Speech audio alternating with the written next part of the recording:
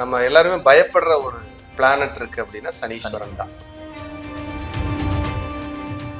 நீ சரியா இருந்தா நான் சரியா இருப்பேன், நீ தப்பு பண்ணினா நான் சூப்பரா தப்பு பண்ணுவேன். இதுதான் அவருடைய தாற்பயம். ரிஷபம் அள்ளிக்குங்க, ஜாக்பாட்டு. நீங்க உண்டு உங்க வேலை உண்டுன்றதா அவர் உங்களை டச்சே பண்ண மாட்டார். அவருக்கான ரோல் என்ன?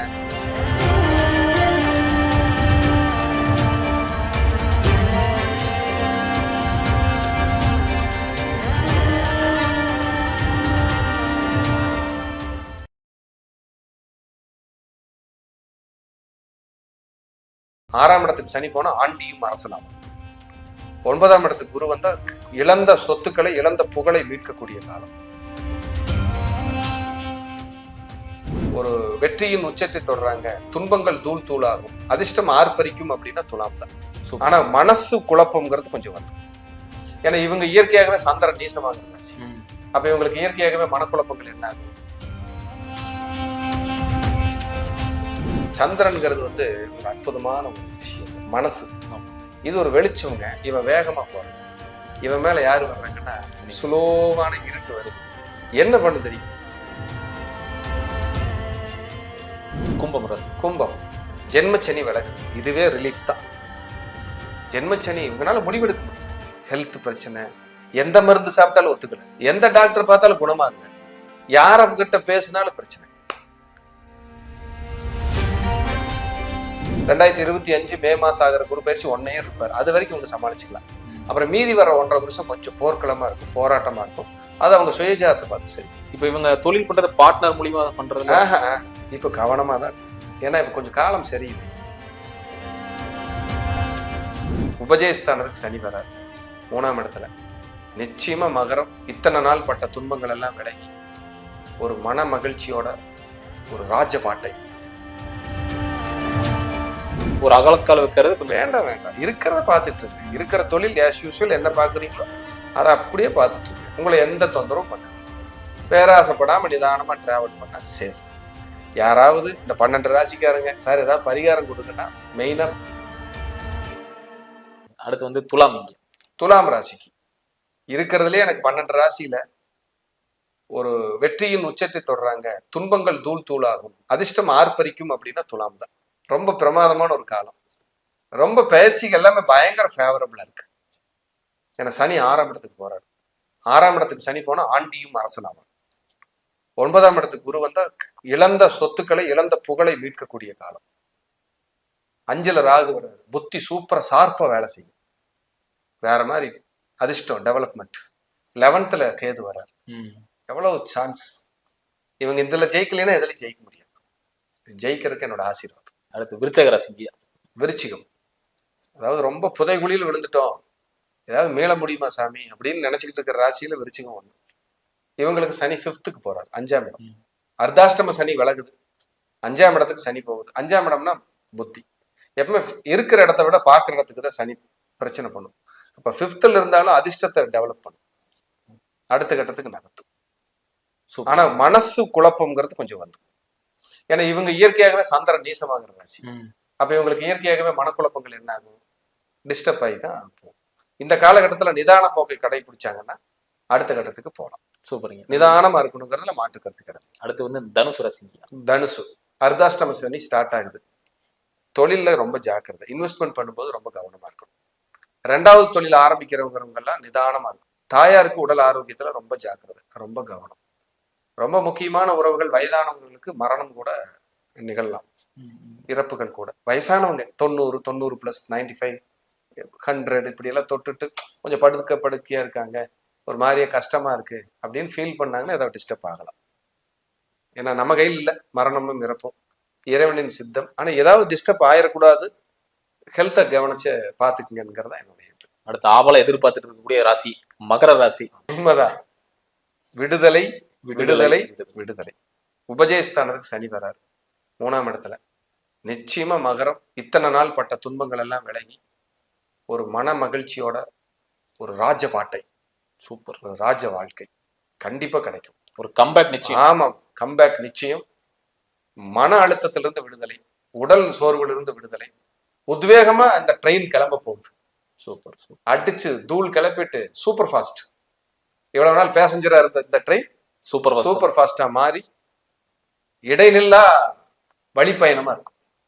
நல்லா இருக்கிறதுக்கு என்னுடைய வாழ்த்துக்கள். ஆமா, மகரம் சிகரம் தொடும்னா அது மாற்றுக்கிறது கிடையாது. சூப்பர் சூப்பருங்க. அடுத்து கும்பம் ராசி. கும்பம் ஜென்மச்சனி விலகுது. இதுவே ரிலீஃப் தான்.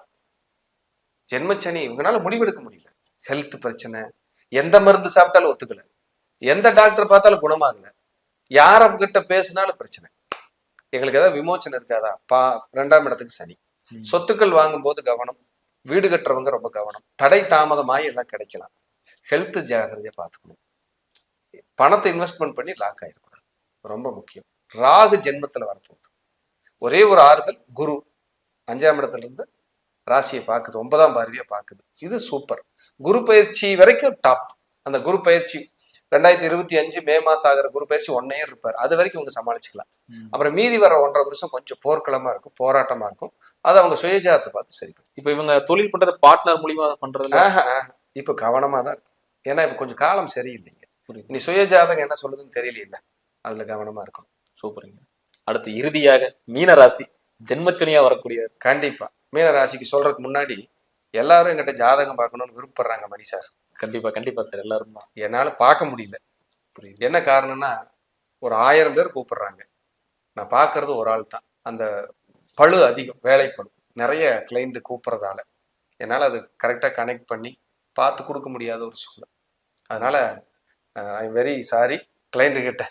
என்ன காரணம்னா ஏதாவது ரொம்ப எமர்ஜென்சியாக இருந்தால் எனக்காக வெயிட் பண்ண வேண்டாம். புரியுது. வெளியில கூட பார்த்துக்கலாம். நாங்கள் பார்த்து நல்லபடியாக பார்த்துக்கிட்டோம், அதுதான் ரொம்ப நல்லது. ஏன்னா எனக்கு காலதாமதம் ஆகுது. புரியுது. நிறைய கிளைண்ட்ஸ் இருக்கிறதுனால காலதாமதம் ஆகுது. அதனால அவங்க கொஞ்சம் பெரிய மனசு பண்ணி கொஞ்சம் வெயிட் பண்ணி பார்க்கறதா இருந்தா நான் பண்ணித்தரேன். கண்டிப்பா. லேட்டா சில மாதங்களே ஆயிடுது சார். ஏன்னா அவங்க ஏதாவது ஒரு எமர்ஜென்சிக்காக கூப்பிடுவாங்க. இது லேட் ஆயிட்டு இருக்கு. ஏன்னா நான் ஒரு ஆள் தானே சார் பார்க்கணும், இவ்வளவு இருக்கு. அதனால ஒரு ஹம்பிள் ரிக்வஸ்ட் நேயர்கிட்ட, கண்டிப்பா லேட் ஆகுங்கிறத நம்ம சொல்லி. கண்டிப்பா நம்மளுக்கு எதை பாக்குறதா கொஞ்சம் தாமதமாகும், அது இங்கே ஐயா சொல்லிட்டாருங்க, கொஞ்சம் பாத்துக்குங்க. ஆமா, அதுதான் நானும் கேட்டுக்கிறவங்க எல்லாத்துக்கிட்டே. சரி, மீன ராசிக்கு சொல்லுங்க.